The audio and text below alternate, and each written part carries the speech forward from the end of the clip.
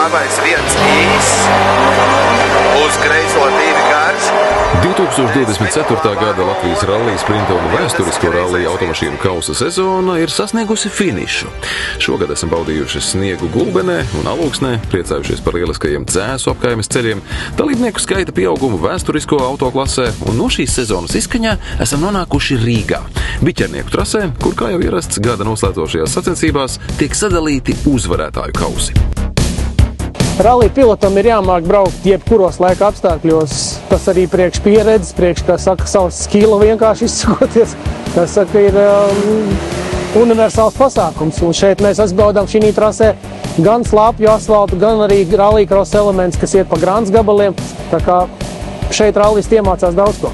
Kopā ir 6 ātrumposmi un nepilni 68 km, no kuriem 92% ir pa asfaltu. Tas, domāju, ka prasīs diezgan liels meistarības apliecinājums no vadītājiem. Un konkurence, es domāju, solās būtu interesanti. Arī Blūma brāļi piedalās. Es esmu īstenībā pārsteigts, ka tik forši ir sapiņķerēts, katrs celiņš ir izmantots un tā ļoti forši un loģiski izmantots. Protams, tas nav tāds riktīgs klasiskais rallijs ar pārbraucieniem, laika kontrolēm, tādām garākām un reiķināšanām. Šeit tāds tiešām tādā īsā, kompaktā režīmā var dabūt to braukšanas prieku. Asfalts Latvijā vispār nav atrodams un neviens no rallistiem pat nemāk īsti braukt pa asfaltu. Šī tā īstā vieta, kur to pietrīt var un to garšu un kaifu. Riepsē nosaka noteicošās te apstākļi, kā redzējām vakar, lietas nebija, bet viss bija slapš, gaisā mitrums un riepa izvēle ir ļoti būtiska un jābrauc ir uz naža asmeni. Man kā sprintistam man ļoti patīk, ir interesanti, šāds sākums ir ļoti interesants un var izbaudīt ar revolūciju braucot. Ja vēsturisko rallija automašīnu kausa uzvarētāji bija jau zināmi pirms šīm sacensībām, šajā klasē ātrākais visos šīs sezonas posmos bija Kristaps Dzīvītis ar savu spilgti krāsoto Audi, otro vietu atstājot Andrim Spilvam ar Subaru Impreza. Diemžēl abus minētos sportistus biķerniekos uz starta tā arī neredzējām. Tad galvenā intriga sezonas noslēdzošajā posmā bija, kurš kļūs par Latvijas rallija sprinta kausa uzvarētāju. Pirms rallija sprinta Latvija lielākais punktu skaits 60 bija Kerimam Kazazam, Mikam Ķenavam 54, bet Vigo Rubenim 40. Un tā kā Turcijas sportists Karems uz šīm sacensībām nebija ieradies, līdz ar to daudziem sezonas medaļu sadalījums šķita teju vai pašsaprotams. Galvā ir viena doma finišēt. Uzdevums nav viegls, biķernieki prasīja pret autotehniku. Turks neatbrauc, tas man dod daudz priekšrocības, mierīgāk mazliet braukt un izdarīt uzdevumu, izcīnīt titulu. Kopumā rallija sprinta Latviju dalībniekiem bija jāveic 6 ātrumposmi, kuru sportiskās distances kopējais garums sasniedza 62,48 km. 120, labais 3 OH ļoti vēls. Jā. Sacensības sākās jau sestdienas vakarpusē. Jau ar pirmo ātrumposmu, neskatoties uz no malas šķietami garlaicīgo un lēnīgo braukšanas stilu, sevi kā pretendentu cīņai par uzvaru pieteica Mārtiņš Ločmelis, kurš par attiecīgi 8,87 un 10,13 sekundēm apsteidza Miku Ķenavu un Mārtiņu Čikustu. Es esmu uzlicis ielas riepas, kas ir asfaltam paredzētas, un ar viņām tā ir jābrauc. Jo, ja es braukšu kā ar gruntsriepu, tad viņa man pārkarsīs un neturēsies. Tāpēc man jābrauc neciešami garlaicīgi. Uz asfalta tā ir. Uz asfalta, diemžēl, sānslīdes zaudē laiku. Līdz pēdējam ātrumposmam Ločmelis bija iekrājis jau 27,26 sekundžu pārsvaru pār Ķenavu. Savukārt arī pēdējo ātrumposmu veicot visātrāk, Ločmeļa ekipāža varēja svinēt pārliecinošu uzvaru. Ir laba nedēļas nogale.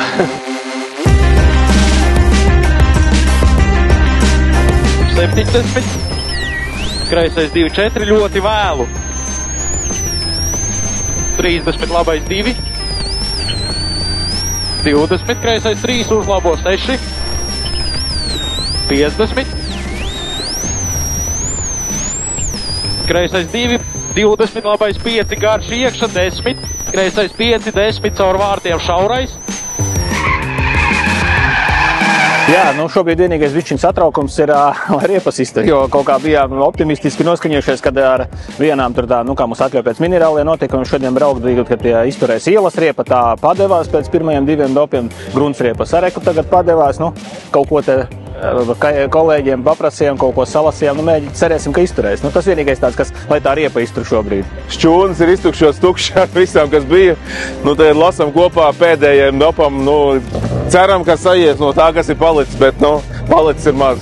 Biķeniekiem ļoti garšo melnā apaļa gumija. Iekšā ļoti sirds daudzās citās, jo augsts likums ir tituls tomēr, un gribās arī priekš skatītājiem, priekš faniem uzbraukt, un gribās priekš sevīm, un gribās arī ātri nobraukt, un tas nav viegli kopā, un iekšā ir, tagad īpaši pēc pēdējā dopa ir ļoti, ļoti grūti, bet būs labi, paņemsimies.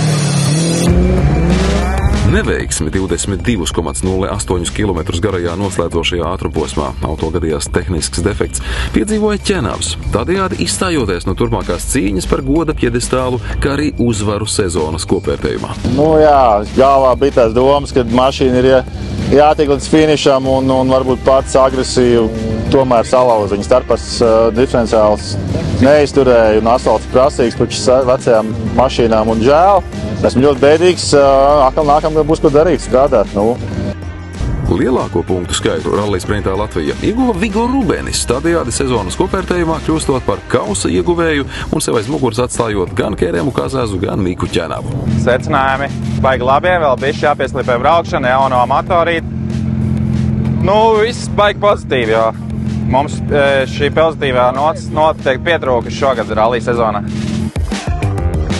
Otro vietu absolūtajā ieskaitē izcīnīja Andris Kulbergs, Andis Veinbergs, kuri uzvarētāju ekipāžai zaudēja 1 minūti un 9,17 sekundes. Viņu šajā rallijā arī ieguva pirmo vietu vēsturisko rallija automašīnu kausa ieskaitē. Otrie finišā Māris un Matīs Ērti ar Subaru Impreza, trešie Intars Rezakovs un Elvijs Zebuliņš. Karsti bija. Pēdējie bija pārbaudījums vēsturiskajam spēkartam, jo šogad šis ietilps vēsturisko spēkaru klasē.